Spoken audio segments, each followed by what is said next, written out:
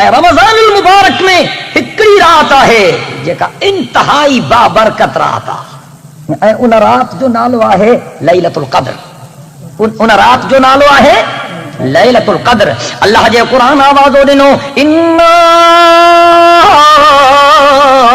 انزلناہ فی لیلۃ القدر وما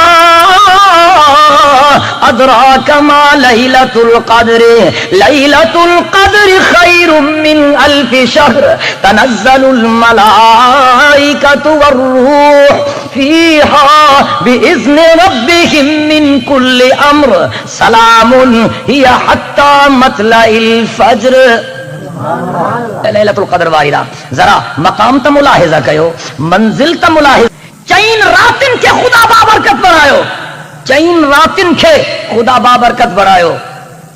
لیلۃ الترویہ, لیلۃ العرفہ, لیلۃ النحر